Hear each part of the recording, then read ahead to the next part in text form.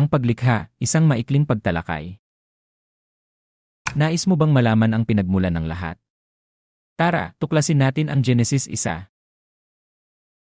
Sa simula, walang anyo ang mundo. Madilim at walang laman. Ngunit ang Espiritu ng Diyos ay kumikilos sa ibabaw ng tubig. Pagkatapos, sinabi ng Diyos, magkaroon ng liwanag. At nagkaroon nga ng liwanag. Nakita ng Diyos na mabuti ang liwanag at inihiwalay niya ito sa dilim.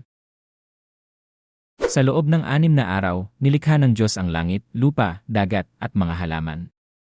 Lumikha rin siya ng araw, buwan, at mga bituin.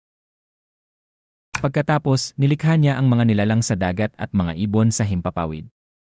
Sa ika-6 na araw, nilikha niya ang mga hayop sa lupa at ang tao, ayon sa kanyang larawan.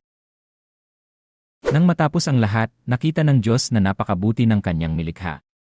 Sa ika-7 araw, nagpahinga ang Diyos at binasbasan niya ang araw na iyon.